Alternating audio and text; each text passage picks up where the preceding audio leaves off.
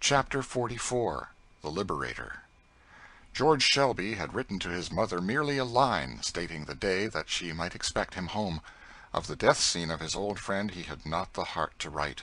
He had tried several times, and only succeeded in half choking himself, and invariably finished by tearing up the paper, wiping his eyes, and rushing somewhere to get quiet.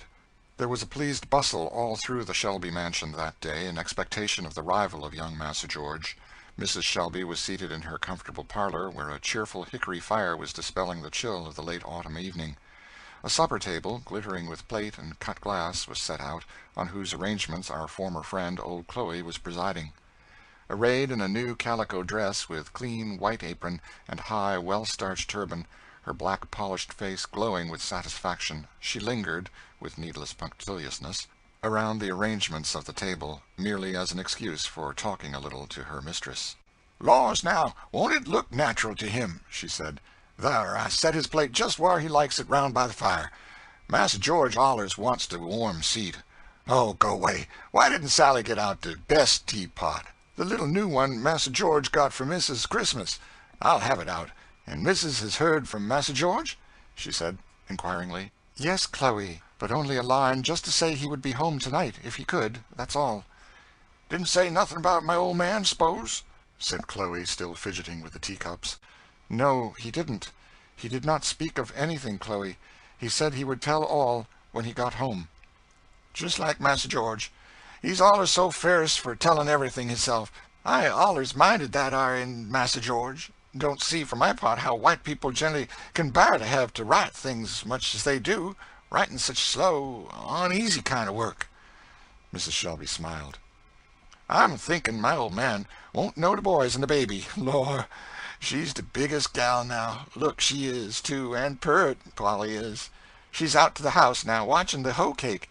I's got just the very pattern my old man liked so much a baking, just such as I gin him the morning he was took off. Lord bless us, how I felt that our morning!" Mrs. Shelby sighed, and felt a heavy weight on her heart at this allusion. She had felt uneasy ever since she received her son's letter, lest something should prove to be hidden behind the veil of silence which he had drawn. "Missus has got them bills?" said Chloe, anxiously. "Yes, Chloe." "'Cause I wants to show my old man them very bills the perfectioner gave me. And, says he, 'Chloe, I wish you'd stay longer.' 'Thank you, massa,' says I would, only my old man's coming home, and missus, she can't do without me no longer. There's just what I telled him. Very nice man, that Massa Jones was." Chloe had pertinaciously insisted that the very bills in which her wages had been paid should be preserved, to show her husband, in memorial of her capability, and Mrs. Shelby had readily consented to humor her in the request. "He won't know Polly, my old man won't. Laws, it's been 5 years since they tuck him. She was a baby then. Couldn't but just stand up. Remember how tickled he used to be 'cause she would keep a-falling over when she sot out to walk? Laws a me!" The rattling of wheels now was heard. "Massa George!" said Aunt Chloe, starting to the window. Mrs. Shelby ran to the entry door, and was folded in the arms of her son. Aunt Chloe stood anxiously straining her eyes out into the darkness. "Oh, poor Aunt Chloe!" said George, stopping compassionately, and taking her hard black hand between both his. "I'd have given all my fortune to have brought him with me, but he's gone to a better country." There was a passionate exclamation from Mrs. Shelby, but Aunt Chloe said nothing. The party entered the supper-room. The money of which Chloe was so proud was still lying on the table. "Dar," said she, gathering it up and holding it with a trembling hand to her mistress. "Don't never want to see nor hear on't again. Just as I knew 't would be. Sold and murdered on them our old plantations." Chloe turned and was walking proudly out of the room. Mrs. Shelby followed her softly, and took one of her hands, drew her down into a chair, and sat down by her. "My poor, good Chloe," said she.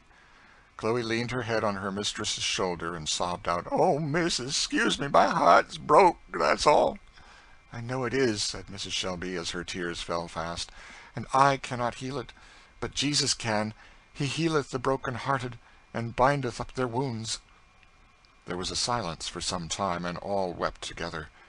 At last George, sitting down beside the mourner, took her hand, and with simple pathos repeated the triumphant scene of her husband's death and his last messages of love. About a month after this, one morning, all the servants of the Shelby estate were convened together in the great hall that ran through the house, to hear a few words from their young master. To the surprise of all, he appeared among them with a bundle of papers in his hand, containing a certificate of freedom to every one on the place, which he read successively, and presented, amid the sobs and tears and shouts of all present. Many, however, pressed around him, earnestly begging him not to send them away, and with anxious faces tendering back their free papers. "We don't want to be no freer than we are. We's allers had all we wanted. We don't want to leave the old place, and Master and Missus and the rest." "My good friends," said George, as soon as he could get a silence, "there'll be no need for you to leave me. The place wants as many hands to work it as it did before. We need the same about the house that we did before. But you are now free men and free women. I shall pay you wages for your work, such as we shall agree on. The advantage is, that in case of my getting in debt, or dying, things that might happen, you cannot now be taken up and sold. I expect to carry on the estate, and to teach you what, perhaps, it will take you some time to learn, how to use the rights I give you as free men and women. I expect you to be good, and willing to learn, and I trust in God that I shall be faithful and willing to teach. And now, my friends, look up and thank God for the blessing of freedom." An aged patriarchal negro, who had grown gray and blind on the estate, now rose, and lifting his trembling hand, said, "Let us give thanks unto the Lord." As all kneeled by one consent, a more touching and hearty Te Deum never ascended to heaven, though borne on the peal of organ, bell, and cannon, than came from that honest old heart. On rising, another struck up a Methodist hymn, of which the burden was, "The year of Jubilee is come, return, ye ransomed sinners, home." "One thing more," said George, as he stopped the congratulations of the throng. "You all remember our good old Uncle Tom?"